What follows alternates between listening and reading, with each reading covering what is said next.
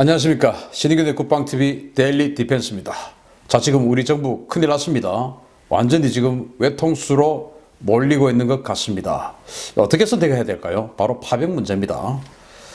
자, 중동 파병, 한미동맹, 그리고 장병, 우리 국군 장병 모두 살리는 방법을 선택해야 됩니다. 그 방법 제가 제시를 하겠습니다. 자, 그런데 지금 굉장히 저는 안타까운 게 이런 그 보수 진영에서는 무조건 파병해야 된다. 한미동맹 중요하지 않느냐. 이런 주장을 하고, 진보 진영에서는 안 된다. 보내면 안 된다. 우리가 미국에 대리전 해주냐. 이제 이런 또 이야기를 해요. 정부에서는 지금 곤혹스럽죠. 자, 그러면은 저는 진영 논리 다 떠나서 동맹도 살리고 우리 장병들도 살려야 된다라고 생각합니다. 우리 장병이 가서 생존할 수 있고 또 해당 지역의 평화와 안보에 기여할 수 있고 하면은 고려할 거 없이 그냥 가야죠. 당연히 가야죠. 세계 평화와 그리고 한미동맹 모든 것을 위해서 당연히 가야죠.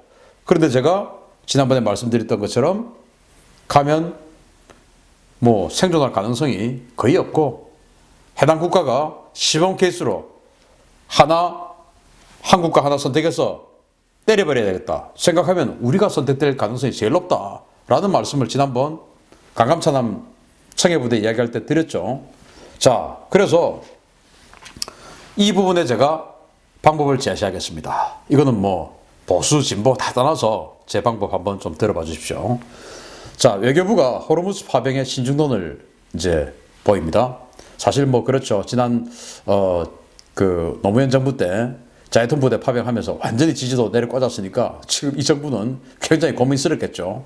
그래서 이거 어떻게 해야 되냐? 그런데 만약에 안 보내면 어떻게 됩니까? 미국에게 찍히겠죠. 미국에게 찍히면 어떻게 됩니까?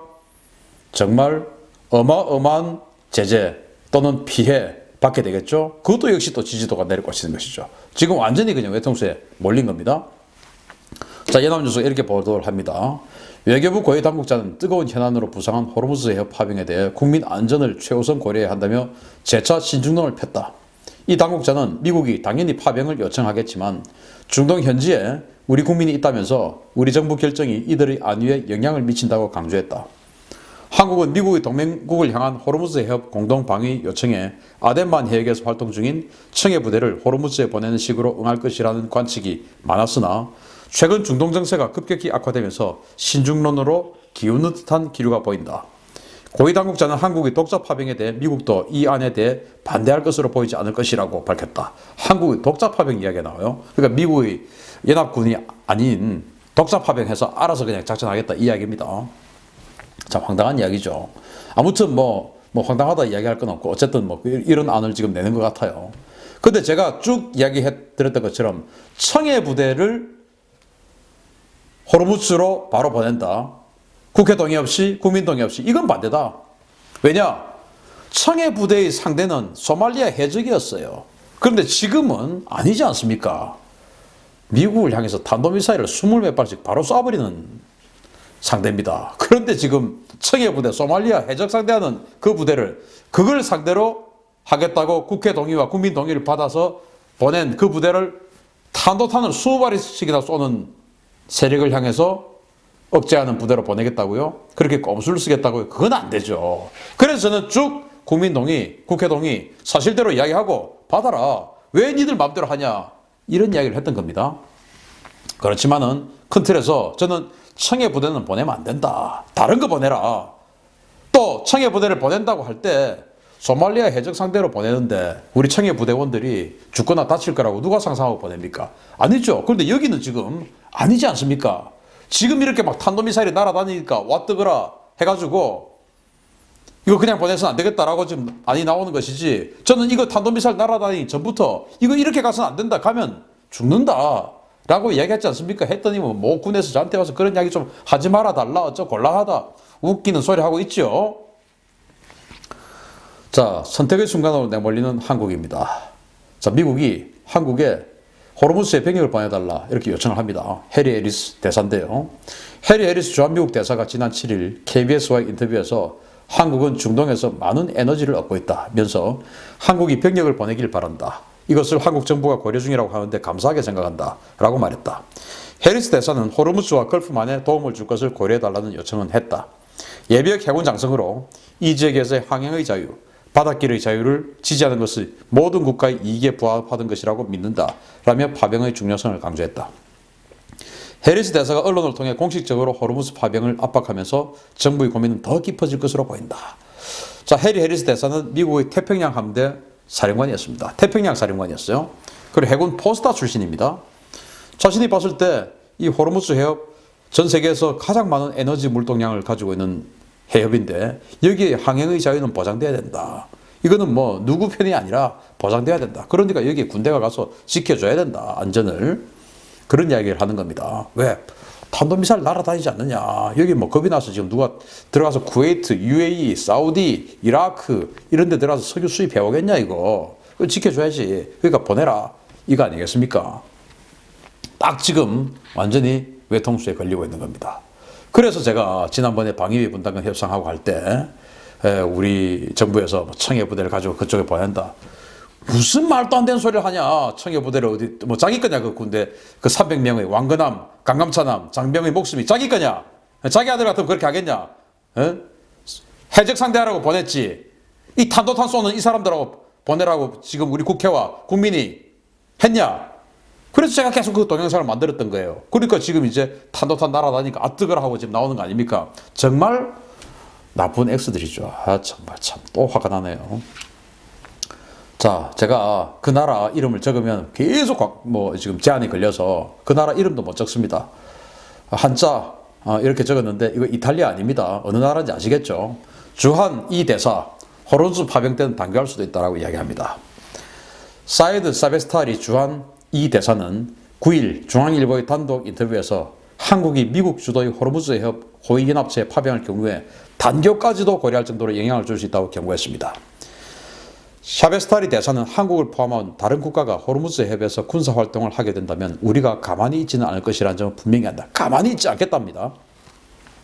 1000년 이상 지속한 양국관계 역사 중에 현 시점이 가장 큰 위기라고 말했다. 대사는 미국이 우리의 영웅을 순교시키면서 우리 국민의 자존심을 짓밟은 지금 이 시기에 한국이 파병한다면 우리 국민은 받아들이기 힘들 정도로 분노하게 될 것이며 한국이 파병하지 않기를 바란다고 힘주어 말했다. 라고 이야기합니다. 자, 한국을 포함한 다른 나라가 호르무즈 해협에 파병하면 가만히 있지 않겠다. 호르무즈 해협에서 군사활동을 하게 된다면 가만히 있지 않겠다라고 이야기했습니다.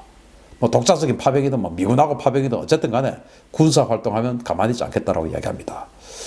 참 완전히 대단한 압박을 하는 것이죠. 1000년 이상 지속한 양국관계. 우리가 1000년 전에 페르시아하고 무슨 일을 했는지 모르겠습니다만 어쨌든 이런 일을 했어요. 이런 이야기. 1000년 전에 그 몽고의 일한국을 이야기하는지 모르겠어요. 아무튼 이런 이야기를 했습니다. 그걸 보내면 군사활동하면 가만히 있지 않는다라는 협박을 한 겁니다. 이제 어떻게 해야 됩니까 지금? 해리스 대사는 보내라. 여기는 보내면 안 된다. 가만히 있지 않겠다. 자, 호르무즈 오라는 미국, 오면 공격한다는 이 엉뚱한 한국 정부의 절충안입니다. 자, 일본도 독자 파병 결정했는데 우리도 독자 파병하는 방안을 검토 중이다. 미국도 반대하지는 않을 것이다. 라고 뇌피셜 하고 있습니다. 미국한테 물어보지도 않고 뇌피셜 하고 있어요. 우리 외교부 고위 당국자가 참 기가 차는 사람이죠. 미국이 그러면 우리 혼자 독자적으로 갔을 때 우리 스스로 우리를 지킬 수 있습니까? 차라리 미국과 같이 있으면 미국이 지켜주기라도 하겠죠. 우리는 누가 지켜줍니까 그러면은? 정말 어떻게 이런 이야기를 하는지 모르겠습니다. 자, 미 해군도 생존을 보장 못하는 죽음의 바다입니다. 제가 강감차남 청해부대 갈 때 이야기 해드렸었죠. 이 지역은 정말로 위험한 지역입니다. 여기 해당 국가의 해군 총사령부가 있습니다. 반다르 아바스 해군기지가 여기 있고요. 여기 섬, 조그만 섬이 호르무즈 섬이고 그게 길쭉한 섬이 있습니다. 그 길쭉한 섬 옆에 소형 고속정들 전진기지가 있어요. 그리고 이 옆에 배들이 다니는 겁니다. 이 소형 고속정들이 에이브람 링컨 항공모함도 희롱하듯이 쫓아다니면서 약을 올렸습니다. 이런 고속정들이 후트 초공동 어뢰 또는 대한미사일 이런 거 장착하고 와가지고 쑥 쏘고 가면 어떻게 하겠습니까? 우리 막을 수 있습니까? 못 막습니다. 공중위협은요, 칼리즈파즈, 대함탄도탄, 대함탄도미사일입니다. 그리고 누르, 지대함 미사일, 기타, 자폭 드론 이 지역에 쫙 깔려 있습니다. 이 기억자 지역에, 원형 지역에. 수상위협은 수상전투합이 현재 여기 9척 있고 고속 공격적이 여기 이 기지에 200여 척이나 있습니다. 200여 척. 이러한 영해, 이 이야기하면 안 되는데, 이 해당 국가 영해에 들어가서 그들이 고속 공격정이 왔다 갔다 다니는데 그 지역 영해인데 안 들어갈 수가 없어요. 그 지역 영해인데 우리가 그 고속 공격정을 선제 공격할 수 있습니까? 못하죠. 그런데 거기서 선제 공격이 들어왔을 때 우리가 막을 수 있는 능력이 없습니다. 못 막습니다. 킬로급 잠수함도 3척이나 있고요. 중소형 잠수함, 북한으로부터 수입한 기술 도입한 연어급 잠수함, 거의 가디르급 잠수함이라고 해서 그게 26척이나 있어요. 그리고 300노트의 후트 초공동 의뢰를 가지고 있는데 이거는 아무도 못 막습니다. 이걸 우리가 과연 우리 왕건함이 막아낼 수 있냐? 절대로 못 막죠. 그리고 한국은 적성국으로 그 해당 국가의 군대는 규정했습니다. 왕건함은요 생존 불가합니다. 보십시오. 사우디아라비아부터 미국, 이스라엘, 이집트 쭉 해서 사우스 코리아 딱 여기 있습니다. 적성국에. 우리 적성국이에요. 가서 혼자 하든 같이 하든 간에 어쨌든 적성국이에요. 지금 그렇게 규정해 놨습니다. 노스 코리아는 차기들의 우호국이라고 딱 적어 놨습니다. 자, 왕건함 이 충무공 이순신급 구축하면요 어떤 능력이냐? 허우대는 정말 생긴 건 정말 좋습니다. 그런데 이것이 건조될 때부터 밀리터리 매니아들이 정말 아쉬움을 많이 토로했었습니다. 뭐라고 하냐? 실상은 이렇습니다. 적의 탄도미사일, 순항미사일, 이 대한미사일에 대한 대응 능력이 부족합니다. 특히 동시 대응 능력은 아주 부족합니다. 고속표적에 대해서는 대응을 할 수조차도 없습니다. 초음속에 대해서는 대응을 할 수조차도 없어요. 또 적의 고속공격정 동시 대량 운용하는데 또 대응 능력이 부족합니다. 왜냐? 여기에는 대전차 미사일 같은 그런 것들을 탑재한 대형 해상작전헬기가 없습니다. 대형 해상작전헬기 하자고 했을 때 지난 해군이 어떻게 했습니까? 와일드캣 샀지 않습니까? 뭐 언론들이 막 그것도 도와주면서 그 지당하다라고 해줬지 않습니까? 아무리 제가 따져봐도 미국의 MH-60에 비해서 성능이 4분의 1밖에 안 되는 그 와일드캣 샀지 않습니까? 이제 이거 대전차 미사일도 장착을 못해요. MH-60 샀으면 할 수 있죠. 이제 다 이렇게 돌려받는 겁니다.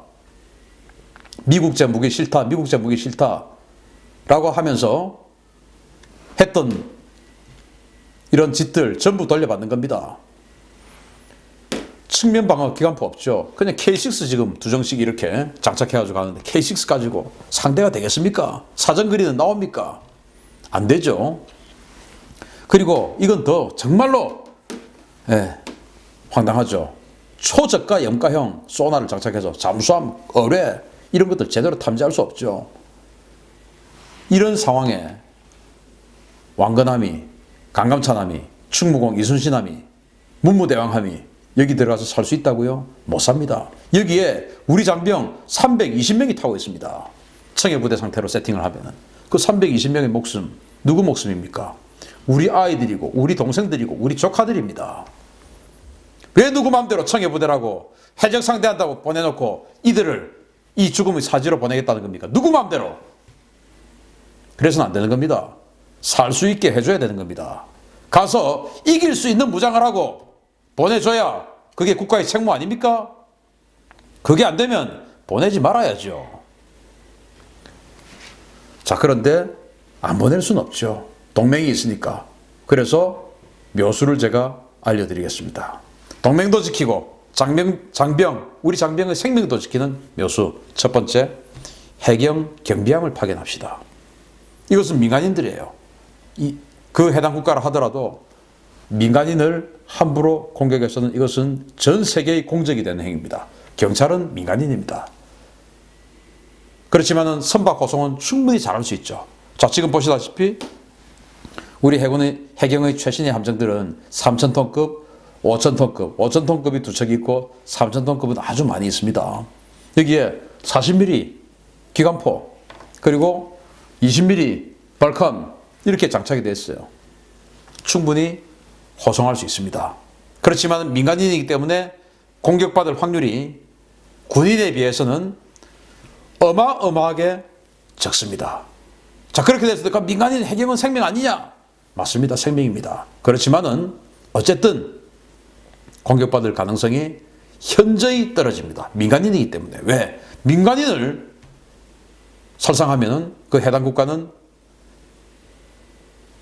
뭐 편들어줄 틈도 없이 전 세계의 공적이 되는 겁니다. 그래서 민간인 경비함을 보내서 우리 상선들 그리고 그 지역 해상 안보에 기여하자라는 제안을 일단 첫 번째로 하고요. 이게 안 된다. 안 된다 그러면은 두 번째, 해상 초계기 전대를 파견합시다.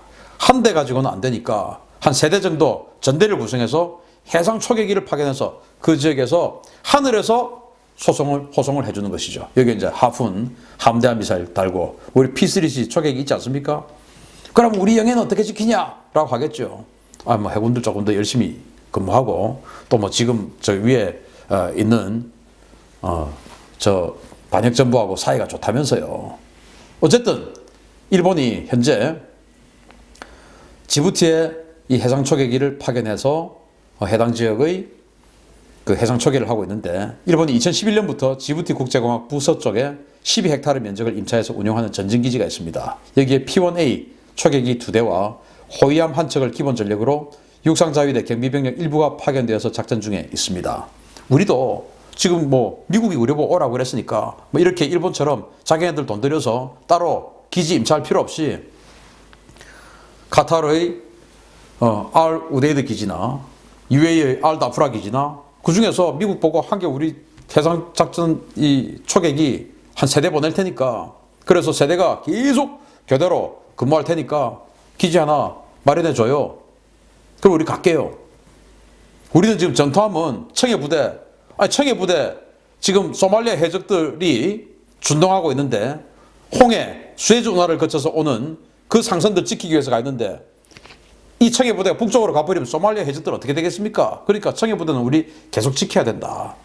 계속 있어야 된다. 소말리아 해적으로부터 우리 상선들을 지켜야 된다. 그러니까 추가로 우리가 여기 보낼 테니까 우리는 군함은 더 이상 뺄 수가 없다. 그리고 청해부대는 그대로 운영해야 된다. 우리 상선들, 유럽에서 온 상선들 지켜줘야 되니까. 그러니까 우리는 해상 초계기를 보낼게. 3대 전대를 꾸려서 보낼게. 기지 만들어줘라. 해상 초계기가 격추되기는 굉장히 힘들겠죠. 그래서 저는 이게 가장 좋은 안 중에 하나이지 않나 생각합니다. 3대 빼서 한 대 뭐 이러면 말이 안 되죠. 자, 그리고 그것도 안 되겠다. 그러면 전투기를 파견합시다. F-16 전투기 4대 정도. 그러니까 우리 이 구축함 한 척이 한 5천억 원 하니까 전투기 4대 하면 또 한 5천억 원, 요즘 물가로는 그렇게 하지 않습니까? 그러니까 동등한 가치 아니냐. 그래서 F-16 전투기 한 4대 파견해서 알다프라 기지나 카타르의 알 우데이드 기지나 이런 데 보낼 테니까 니들이 기지 마련해 줘라. 그러면 우리 정비병력하고 다 보낼게. 그리고 우리 특전사도 보내서 우리 경비 우리가 좀 하고 할 테니까 해줘라. 그 UAE에 가실 경우에 우리 UAE에 우리 특전사들 있지 않습니까? 그 특전사들이 또 보호해주고 하면 되지요. 그렇게 해서 하겠다. 이렇게 우리가 제안을 한다면 이 중에서 선택을 해야지, 저는 청해부대, 우리 구축함이 그 해역으로 가는 것은 완전 반대입니다. 왜냐? 가면 살 수 없습니다. 영국, 프랑스, 네덜란드 이런 나라를 시범 케이스로 공격할까요? 아니면은 어느 나라가 가장 만만할까요? 그럼 우리는 가만히 있겠냐? 이런 이야기를 누가 하죠. 가만히 안 있으면 어떡할 겁니까? 우리가 그쪽에 중동에 미사일을 쏠 수 있는 미사일이 있습니까? 우리가 무슨 대량으로 투사할 수 있는 무력이 있습니까? 뭐 어떻게 하겠습니까, 우리가? 할 수 없는 겁니다.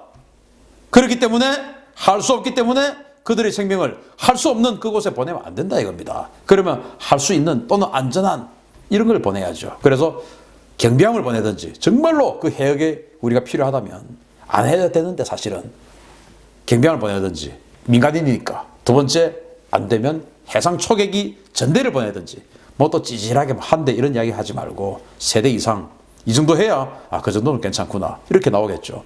3대 이상의 해상 초계기를 보내든지, 그것도 안 되겠다, 전투기 1개 편대 이상을 보내든지, 이렇게 하는 대안을 제시를 하는 것이 어떨까 생각을 합니다. 그래야 우리 장병도 살고 동맹의 가치도 지키는 거 아니겠습니까? 자, 호른수 파병, 이거는 진영 논리 해서는 안 됩니다. 혈맹, 그리고 우리 국민, 이게 고려돼야 됩니다. 미국과의 관계 유지, 이거는요, 대한민국 발전, 번영, 그리고 현재 현상 유지, 이게 가장 필요한 게 미국과의 관계 유지입니다. 이거 부인할 수 있는 사람 없겠죠? 아무리 진보 정부로 하더라도 그 부인 못하니까 지금 이렇게 고민하는 거 아니겠습니까? 그렇기 때문에 혈맹 지켜야 되면 우리 국민의 안전도 고려해서 파병을 해야 된다. 이 군함들은 가면 큰일 납니다. 해군들이 또 무슨 뭐 정부가 이야기하니까 이 해군에 또 뭐 어떻게 더 출세하고 싶은 사람들이, 이 나쁜 X들이 우리는 할 수 있습니다. 당신이 가라 이 사람아. 어디 말이야 별을 갖다가 그렇게 달고 거짓말하고 있어. 어디 거기 가서 살 수 있단 말입니까? 못 살지. 나쁜 사람들 같으라고. 절대 우리 군함 거기 가면 안 된다. 다른 거 보내야 된다. 라는 말씀을 드리고, 보내기는 보내야 된다. 라는 말씀도 첨언합니다. 마치겠습니다. 감사합니다.